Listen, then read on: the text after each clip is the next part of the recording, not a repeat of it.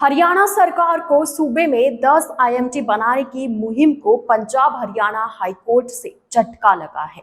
दरअसल हरियाणा सरकार की सरकारी विभागों को स्वेच्छा से दी गई भूमि की खरीद की पॉलिसी 2025 को पंजाब हरियाणा हाईकोर्ट में चुनौती दी गई है। इस याचिका पर हाईकोर्ट ने सुनवाई के दौरान हरियाणा सरकार को नोटिस जारी कर जवाब मांगा है कि यह पॉलिसी 9 जुलाई 2025 को नोटिफाई की गई थी।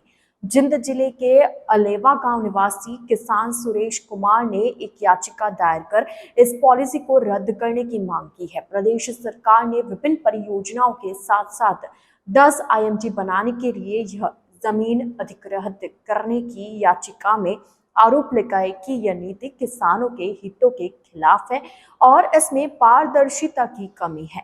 याचिकाकर्ता सुरेश कुमार ने कहा कि हरियाणा सरकार द्वारा घोषित यह नई policy the right to fair compensation and transparency in land requisition rehabilitation and resettlement act 2013 के अनिवार्य प्रावधानों की अनदेखी करती है।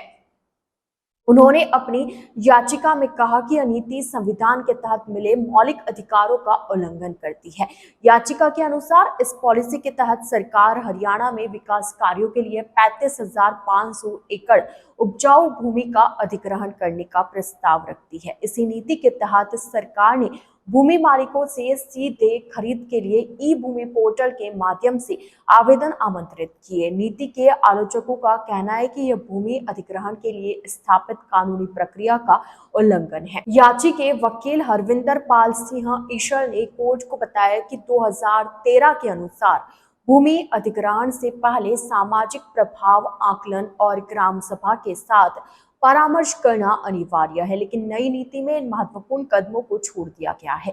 याचिकाकर्ता ने इस बात पर जोर दिया कि नई नीति में भूमि के लिए अधिकतम मुआवजे की दर कलेक्टर रेट के 3 गुना तक तय की गई है। यह भूमि अधिग्रहण रिहेबिलिटेशन एंड रीसेटलमेंट एक्ट 2013 के प्रावधानों से काफी कम है।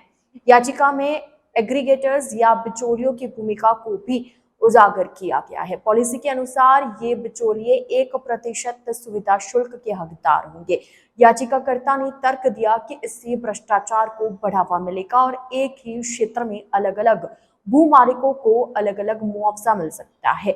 यह नीति किसानों को भूखंड के गैर मौद्रिक आवंटन के साथ छोड़ देती है, जिससे उन्हें पुनर्वास या आजीविका सहायता के लिए कोई स्पष्ट तंत्र नहीं मिलता।